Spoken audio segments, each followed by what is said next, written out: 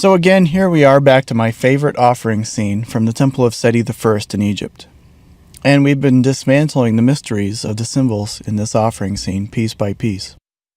So let's move on to another symbol. Let's take a closer look at this throne. It was sat upon by pharaohs and gods alike, and it was always in the form of a box with a low seat back. In sacred art, it's always depicted in profile, and it's always a box with a low seat back, and it has a kind of lattice work on the side. And in a rectangular outline in the lower left corner of the throne, we find our old friend Semitawi, which is, as we know now, a water spout.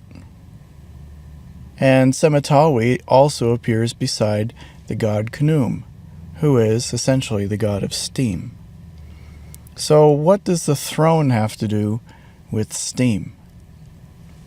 The water spout is a natural, self-created thermodynamic engine powered by water vapor. In essence, it's a natural steam engine. Steam engines have their own cycle. It's called the Rankine cycle, and it's like the Carnot cycle, but with a condensation phase, so that there is a drastic decrease in the volume of the system. Remember, it's plotted as pressure on one axis and volume on the other. But unlike the Carnot cycle, the Rankine cycle produces real engines, so an indicator diagram of the operation of the engine can be a bit more complicated. The interesting thing is that an indicator diagram for a real steam engine looks very much like this throne. Let's look at the similarities and differences between a practical Rankine cycle and the throne from ancient Egypt. I made a color-coded version to make the comparison easier. So here we have volume on the x-axis and pressure on the y-axis. So let's start at the end of the cycle. The blue line describes the steam expanding in the engine, doing work as it gains volume and loses pressure. The yellow line is the line of condensation. It's a huge decrease in volume without a change in pressure. The blue and purple little jog at the left is heating that water up with waste heat before pumping it back into the boiler. The water expands just a little bit with the addition of heat, not from boiling, just from the temperature increase, just like any material expands when its temperature is increased. The green vertical line is the act of pumping the water into the boiler. There's a large pressure rise from the pump, but no change in volume, because water is not compressible. Water heats up again upon entering the boiler, and then the pressure falls a bit, and this is what accounts for the shape of the seat back. The orange line is describing the process of boiling. It's a large volume change while the pressure stays the same. Now here's where the Egyptian symbol and the textbook Rankine cycle differ. The gray line. The textbook shows that this is the start of the expansion stage. The Egyptian symbol shows a simultaneous rise in pressure and volume. There's a curved line that arches up and then straight down. Now, it could be that because legs have been placed in the way, because a god is sitting on top of this throne, it interrupted the normal path of the blue line. Or it could be that some other process is at work, maybe a little bit different engine design than the modern engine. But if it is actually a pressure rise, how can we have a simultaneous rise in pressure and volume? The boiler sets the pressure. The only answer I can think of for this is that the pressure rise comes from centrifugal force. After leaving the boiler, but before the final expansion stage, the steam enters a rotating superheater. And it seems to be a thermodynamic diagram of this kind of engine. The only known ancient steam engine, Heron's engine, Heron of Alexandria, Egypt. It was developed somewhat in the 19th century, but couldn't compete with piston engines and bladed turbines. It's essentially a rotary rocket. It has two rocket nozzles that are mounted on whirling arms so that the rocket propels the arms around. It does have one very specific use in the modern day, and it's related to aircraft, but that's for later. The, in some ways, most important part of a rocket, the rocket nozzle, was actually developed to improve this kind of engine. A simple jet of hot gas escaping out a nozzle becomes inefficient at high pressure. The work comes from the expansion of the gas, but gas can only be forced through a hole up to the speed of sound in that gas. The speed of sound is the speed limit for pressure. Pressure moves the gas. Therefore, there is a speed limit to pressure moving the gas. As pressure is increased, gas reaches the speed of sound in the narrowest part of the throat. But the mass of gas flowing through the nozzle continues to increase. And the way that it continues to increase is that it simply goes through in a compressed state. So the speed never increases, it just goes through more dense. After it exits the hole, it expands in every direction because it went through compressed. And some of that work is wasted because it also expands to the side rather than just in a straight line. A specially shaped nozzle can control the expansion after the orifice so that the gas pushes against the walls as it expands and makes more thrust. As a consequence, the gas is also accelerated to supersonic speed.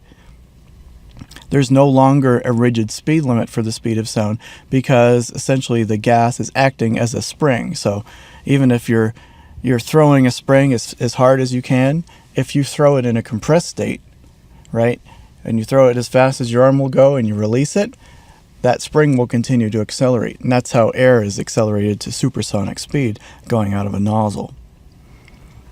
The nozzle design has to be matched to the outside air pressure. And you can see the diagrams here on the left showing the various states of the flow leaving the rocket nozzle, and the flow's going to the right. And you can see that, the rocket nozzle is described by that cone-shaped thing. The top nozzle is too small. The gas continues to expand sideways, wasting energy. The second example is just right. Right at the end of the nozzle, the gas has finished expanding and it goes straight out the nozzle. When the nozzle is too big, the gas expands too much and the jet collapses back in on itself. The bottom example is a nozzle that's way too big. It's the most efficient, but the jet is unstable. The collapsing jet can be pulled to one side or another depending on very, very minute and random variations. So here's where I will tie it into Zecharia Sitchin. I don't trust a single thing Zecharia Sitchin said because, according to people who are actually experts on the text he claims to have translated, he was making it all up. He fabricated everything. He lied about his sources and he poisoned the well. But I did find a page of his book interesting. One of the main points in his book was that the Sumerian symbols for gods looked like a rocket ship. Now, he said it was a 2-stage rocket, that it looked like a rocket ship. And basically, he was extrapolating from the way the symbol looked because it was kind of shaped like the capsule that was on top of the moon rockets and had some lines extending from the back that seemed to indicate rocket exhaust in a cartoon manner.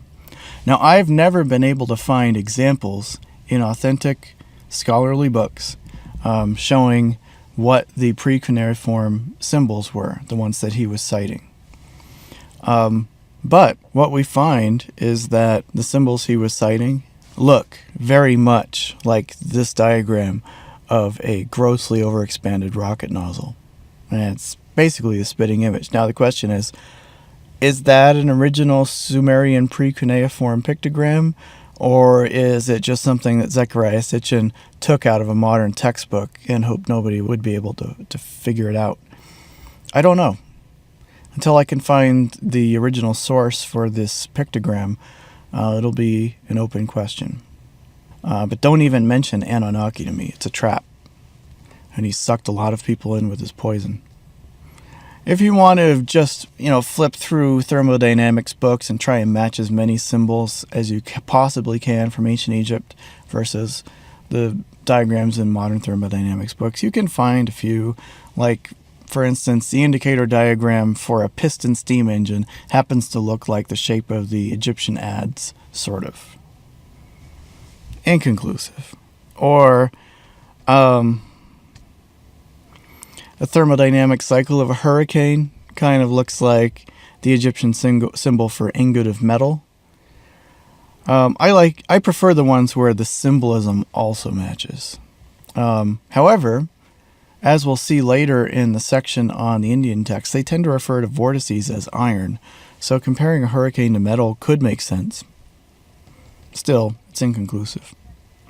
So, my original approach to this has become just a side note. I was originally trying to find the Vimana engine and ended up finding a whole bunch of other stuff. But getting back to the engine, since I put a whole lot of work into it, I may as well just throw it out there, that I was trying to narrow down the known engine technologies, the known thermodynamic processes that actually work, and try to match them up with the descriptions of engines from the ancient Indian texts. And they had certain common characteristics in these ancient Indian texts.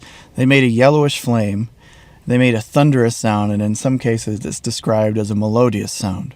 Now, melodious sound implies to me a pitch, whereas a pure jet engine really doesn't make a pitch. It might make a screaming sound, but the sound of the exhaust, the thunderous sound, doesn't have a pitch to it. So I was looking for an engine that had a pitch that made a thunderous deep noise, and maybe a yellowish flame. Modern engines have roughly these same characteristics, so it's consistent with a real engine.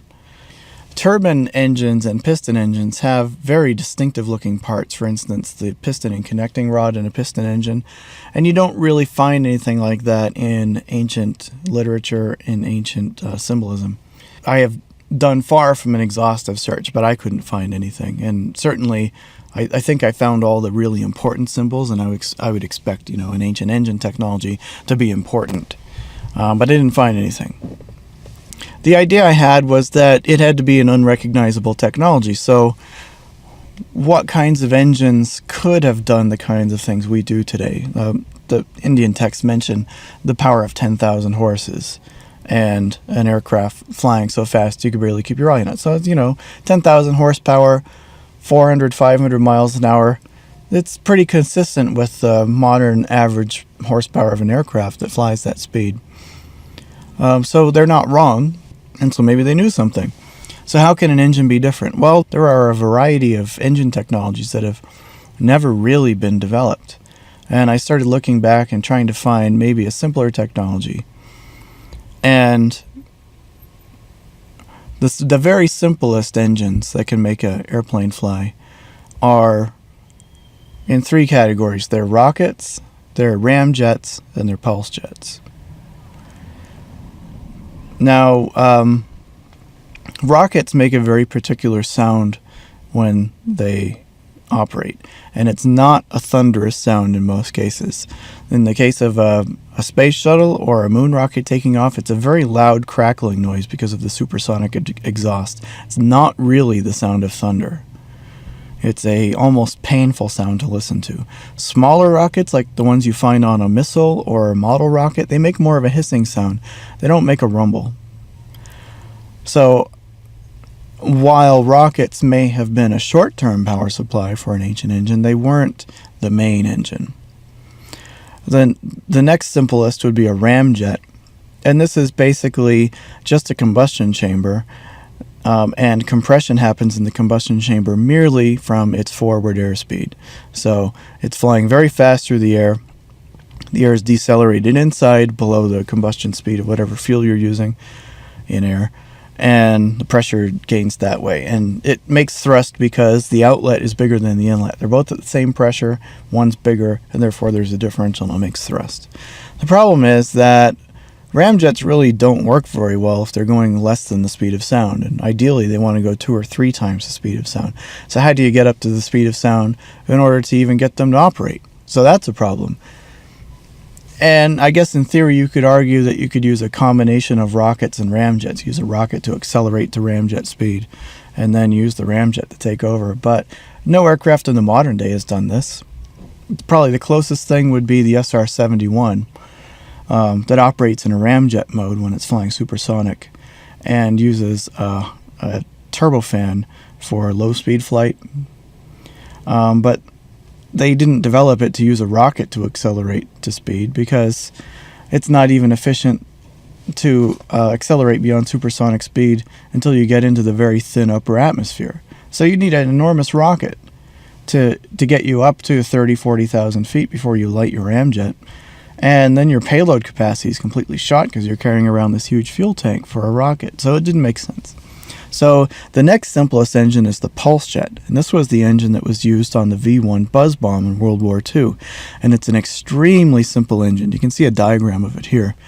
It's a combustion chamber with an inlet on the left and an exhaust pipe on the right, and reed valves on the inlet that close when pressure forms inside. So just imagine you filled a combustion chamber with an explosive mixture, you light it, an explosion happens. It forces the reed valve shut in the front, and the pressure forces the exhaust gases out the tail, producing thrust. Even after the combustion is finished, those gases have momentum, and the momentum of those exhaust gases pulls open the shutters, which replaces the exhaust with a fresh air charge through the open valves. And then the underpressure from the momentum of from the exhaust gases leaving causes an overpressure, kind of like a flywheel effect, or like a bouncing spring. Causes a slight overpressure, and then the cycle repeats. And in the case of the V1 bus bomb engine, it happened 40 times a second. There are engines like this made for model airplanes, and they can combust 100, 200 times a second. It's a very rapid process. It's not exactly acoustical. It's a gas flow phenomenon, but people normally liken it to the resonance of a saxophone or a clarinet, except that the reeds face the other way. And it's like a gasoline-powered saxophone that plays a note so loud that it makes jet thrust. And that alludes to the major drawback of this kind of engine, and the reason it was called the buzz bomb is it makes a tremendous noise. But by coincidence, the ancient accounts say that the engines on the ancient Vimana made a tremendous noise too.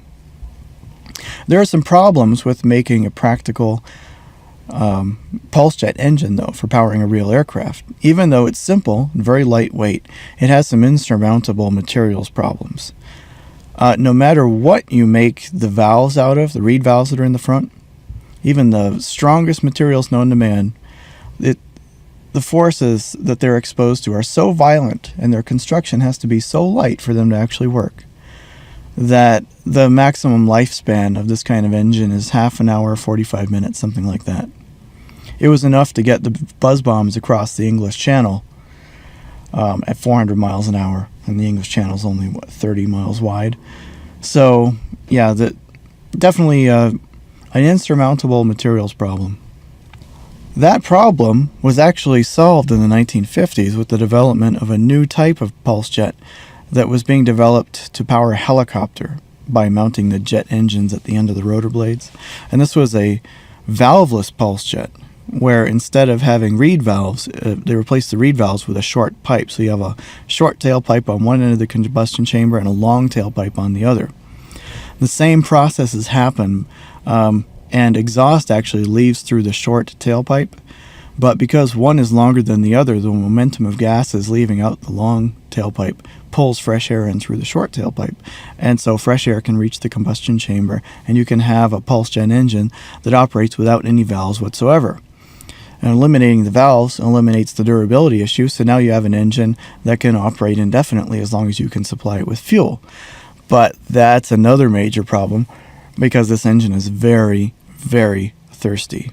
It gets about 1/4 the fuel economy of a turbojet. There's a theoretical efficient cousin of this type of engine that is being developed in the modern day. I don't know if they're putting a huge amount of effort into it, mostly at universities. And it's called a pulse detonation engine. And the difference between the pulse jet engine and the pulse detonation engine is the speed of combustion. You'll notice in the pulse jet engine, you have one side closed off by reed valves and the other end is an open tailpipe. The goal to making an efficient jet engine is to build pressure inside, just like you blow up a balloon and you know that the pressure of the air escaping from that balloon is what can propel it forward when you let it go. So the key to efficiency in a jet engine design like this, one that's open on one end, is the speed of combustion. A pulse jet engine has very slow speed combustion. It uses a form of combustion called deflagration. And it's the same kind of combustion that you find if you're too slow to light your propane grill, where it burns your eyebrows off. That kind of combustion is called deflagration. If you've ever seen video of a rocket fuel factory exploding, you've seen the effect of detonation. Detonation is a different mode of combustion that operates much faster than the speed of sound. A deflagration can transition into a detonation over a long enough length, or if you've done enough tricks making turbulence inside the propagation front of the flame. But the pulse jet's inefficient because it has slow combustion. The pulse detonation engine is supposed to be more efficient than a turbine engine because of the speed of its combustion allows it to build tremendous pressure inside, and essentially none of the heat content of the fuel is wasted. It all becomes expanding gas. What I realized in my investigation is that there's still room for refinement in the old-fashioned pulse jet. See, the difficulty with a pulse detonation engine is that it's very difficult to reliably initiate a detonation. It requires a large amount of energy. The nice thing about a pulse jet is that it has very low ignition requirements. It's basically, the spent exhaust gases ignite the fresh charge coming in.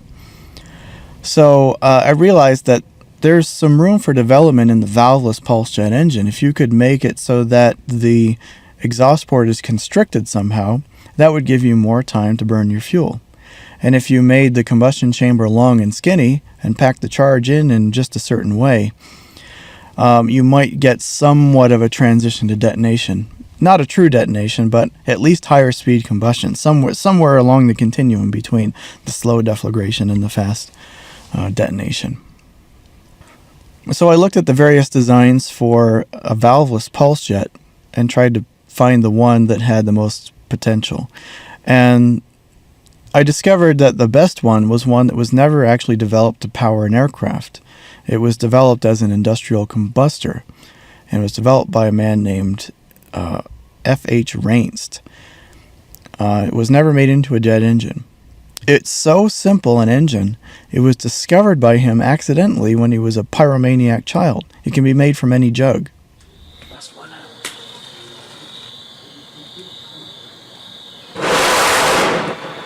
Wow. This jet engine is so simple it could have been discovered accidentally, and it provides an alternate path for aircraft development. So, is there any evidence of such an engine? What would a Formula One version of this engine look like? Because if we're looking for traces of a lost civilization, all the records of this engine are going to be of its last phase, its last incarnation, its fully developed form. What are we looking for? So, my process of trying to refine that engine led to all the discoveries you've seen so far. So, I think I'm onto something with the engine, but I'm not sure. It would take a lot of money to actually develop it. So, I'll just throw these ideas out there. So, at the top is the engine that Reinst accidentally discovered when the devil on his shoulder, as a child, told him to cut a hole in the top of a jar and pour alcohol inside and light it. I'm sure we've all had these experiences when we were children, but his was a little more fruitful. The vapor, as you light it, burns slowly and it sends out a jet of flame. The momentum of the gas rushing out causes a slight vacuum that then draws fresh air in. That pulse of fresh air, as we've learned previously, makes a vortex ring, and that vortex ring travels inside to the bottom and mixes with the alcohol vaporized by the heat from the previous combustion cycle. After a certain amount of time, the heat causes new combustion and the cycle repeats. For his industrial combustor, Reinst added basically a carburetor to the port and an additional ring to constrain the vortex ring inside. And it made enough combustion pressure that the sound is said to have been audible for 6 miles. So if it was making decent pressure inside. It sounds like it was just as loud as the V1 buzz bomb engine, so maybe it could have been making thrust if it had been just refined into an aircraft engine. So what would it look like after being refined into an aircraft engine? So here's a basic drawing of a raised pot. Now, since it's going to be a jet engine, I've drawn it sideways, since jet engines are always drawn sideways.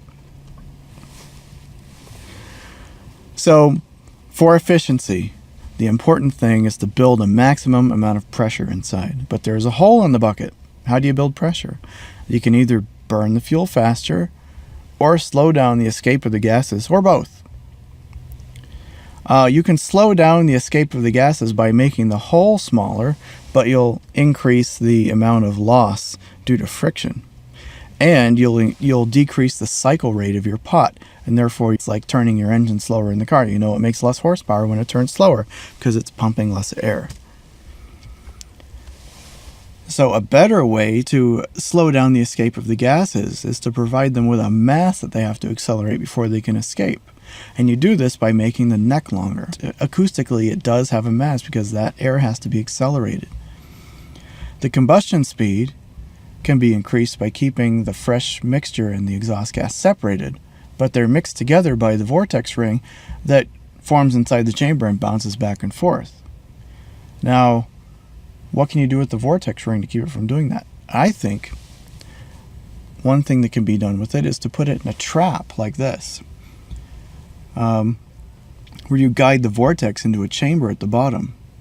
So it has a gradual taper that the vortex can conform to, and then when it gets to the bottom, all of a sudden it flares out, and the vortex can't quite make it back out. It can't bounce out of that trap. This has the additional benefit that when the vortex actually does combust, if it's trapped in this trap, it can make a powerful pressure wave because you have a chamber at the end and a constricted neck. This pressure wave, plus the concentrated fresh mixture that forms a column behind the vortex down the center of the chamber, could be enough to cause a transition toward detonation, and at least the higher combustion speed we need to boost the efficiency. Another thing that's important for the efficiency is to maximize the flow into the chamber, since you only have a passive mechanism resulting from the speed of the exiting gases creating an underpressure. The gases entering an orifice are pushed through from all directions by atmospheric pressure. But turning the corner, if it's a sharp corner, causes a bound vortex to form that constricts the flow. The air doesn't like to turn the sharp corner. It wants to swing wide, and it constricts the orifice.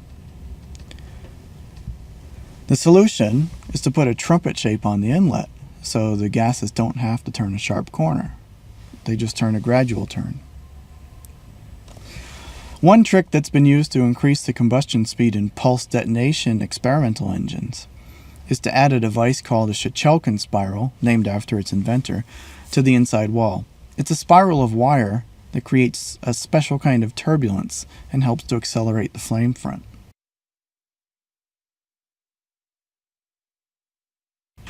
If this is an aircraft engine, the exhaust has to point rearward, but that means the intake is also pointing rearward, since it's the same hole. Aircraft engines always have their intakes on the front because they get a pressure boost and therefore more power. A rearward pointing intake would have a pressure decrease. It would be operating in a partial vacuum. So to solve this problem, there needs to be a way to collect air from a scoop pointing into the wind and guide that air to the intake/exhaust port without blocking the passage of the exhaust gases.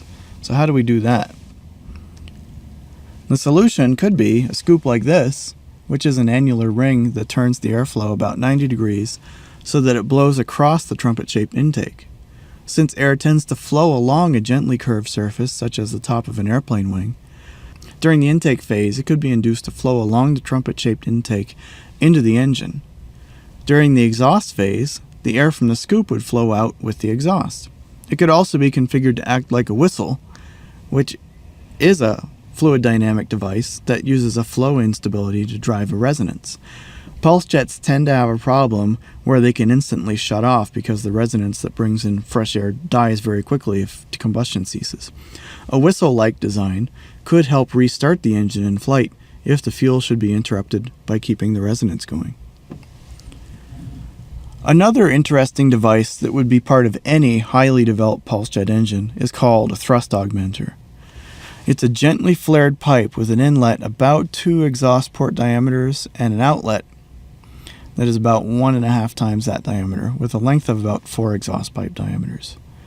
The exact details of its operation are not fully known, but it seems to act like a rocket nozzle guiding the expansion of the vortex rings generated by the exhaust gas pulses as they mix with the cold air, and it produces extra thrust. The device does work with conventional jet engines, but it performs drastically better with a pulsating exhaust, actually increasing static thrust by up to 50%.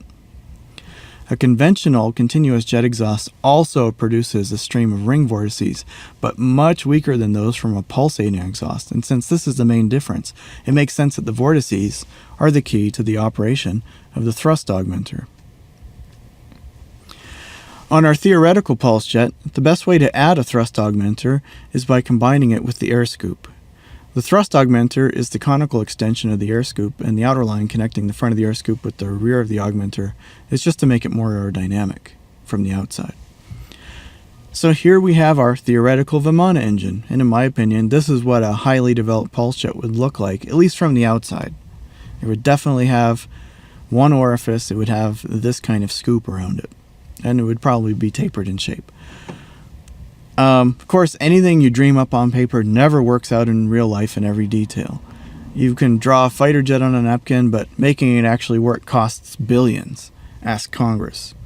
However, knowing how aircraft work, you can get the shape of the fighter jet pretty close to correct on the napkin, and I think that's what I've done here.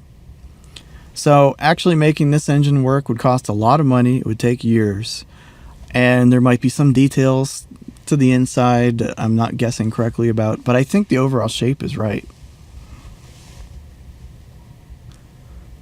So from the outside, it would look like this. But in operation, it would look pretty striking, since pulse jets tend to glow incandescent when they're running, especially on the ground, not to mention the roaring flame of the exhaust and tremendous deafening sound. The Coanda effect plays a significant role in the function of the air scoop of this engine, and its effect named after a rather eccentric French aeronautical designer who became a prominent engineer despite having no credentials and having no design successes. One interesting thing he did was take a trip to Tibet by car back when such a thing was unheard of, when the roads and the cars were terrible. When he got back to France, he immediately built a sled based on his new propulsion concept. A sled that looked like this. It's a pretty odd design for a sled with a ducted propeller in front. He tried to turn this into a jet engine by adding a combustion stage behind the propeller, but the flames clung to the curved side of the fuselage. The disastrous clinging of the flames to the fuselage is how Coanda discovered his effect. The question of what kind of fuel the Vimana engine used is important. Ancient texts alternately say it was mercury or a yellowish liquid, but it's not exactly clear how the original Sanskrit word rasa should be interpreted. The ichor that flowed in the veins of the Greek Titans was also a yellowish liquid. Gasoline is a yellowish liquid, but it may have been something simpler. Beer is an invention so ancient we don't know how long it's existed. And alcohol is a perfectly good fuel for a pulse jet engine, and it does tend to be yellowish. It also has an odd potential for increasing the efficiency of a pulse jet engine by recycling waste heat. An alcohol and water mix heated to 1000 C in the presence of copper breaks down. Some of the heat is absorbed into a chemical reaction that separates some of the hydrogen from the water. Heat energy goes back into the fuel where it can be released again through the production of free hydrogen. Now, hydrogen has a very high combustion speed, which would be good for boosting the efficiency of a pulse jet engine. It also burns very easily, which is good for making sure there are no skipped cycles so that your engine can continue to run. And it recovers the waste heat. To recover the waste heat, the fuel lines need to wrap around the red-hot engine. And so you could wrap the fuel lines like this. The fuel injection takes place in the neck of the vessel here. And these bulging sections are accumulators, so you can have a smooth flow here, but an intermittent flow into the engine. So this is one scheme for wrapping the pipes around. You could also wrap them around like this, caduceus style, or a triple helix, whatever you wanted to do. The fuel that flows during exhaust would be wasted, so the injectors would be basically pitot tubes facing inward, so when the exhaust is leaving, it stops the flow of the fuel.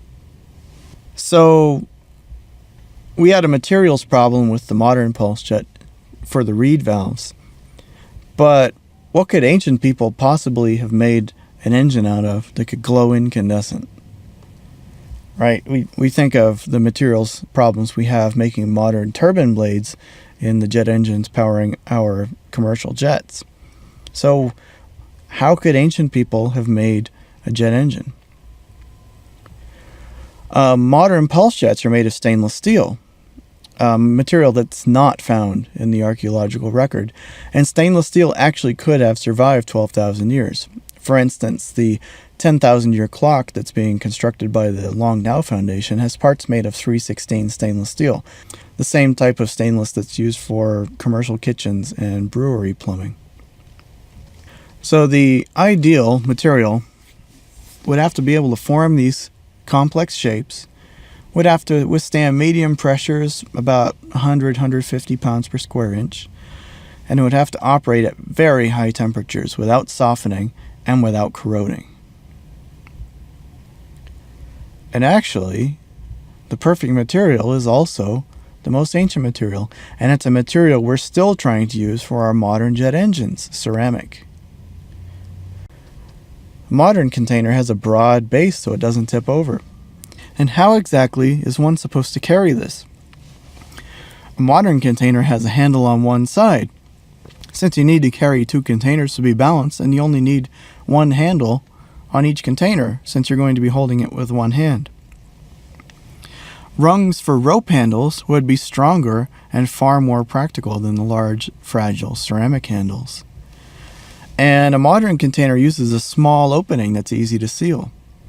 The ancient version has a large opening and a built-in funnel. If you look through a book or visit a museum of ancient Greek art, you'll find that a lot of Greek pottery forms are actually subsections of this shape. The crater, for instance, is a neck with handles. And it's not an easy shape to form. So, as we've seen, everything was sacred to the Greeks, just like everything was sacred to other cultures. So why not this too? Maybe this was something handed down by the gods. One more refinement the engine really needs is a heat shield. It glows red hot at low speeds, and aircraft are made of light materials, including wood, that tend to catch fire or burn or melt, or worse. The radiant heat from the engine would tend to scorch any part of the aircraft alongside. So you can add a heat shield to one side, and it ends up looking like this. One of the Indian legends of the Vimana said it was powered by beings that looked like elephants, or alternatively machines that looked like elephants. Does this engine look like an elephant? I don't know. It's one of those inconclusive comparisons. Most of the evidence for ancient knowledge of the science behind flight comes from Egypt. So what evidence is there of this type of engine from Egypt?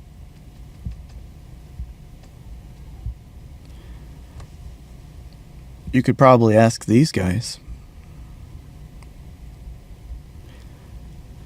Egypt had a very strange double-stacked crown consisting of a bowling pin-shaped white crown and the outside red crown. The red crown was called Deshret. The combined crown was called Pashent. In terms of this theory, The White Crown had a very ironic name, Head Jet. So it's a funny punchline. I'm still not happy with this theory. I would prefer for these giant statues to be the product of the original high-tech civilization. Monuments in Egypt tend to show advanced tool marks. So maybe Egyptians found and reused the tool, because I can't explain why jet engines would be found on these statues that I also claim are sitting on thrones that are replicas of the Rankine cycle. It's just, that doesn't add up for me. I really don't like it. So the head cloth is based on the velocity and pressure distribution in a linear vortex, but this engine doesn't make a linear vortex, it makes a ring vortex. They sit on thrones modeled after the Rankine cycle, but this engine is really a Lenoir cycle. Notice how similar a common lamp is to the Egyptian crown upside down. It's a Greek vase plus a lampshade. There are a million ways to make a lamp, so why that one? Setting aside the details, ancient accounts definitely describe the sights and sounds of pulse jets, engines that have no use in the modern day because of one serious drawback that we will investigate in the next section, the drawback of tremendous noise.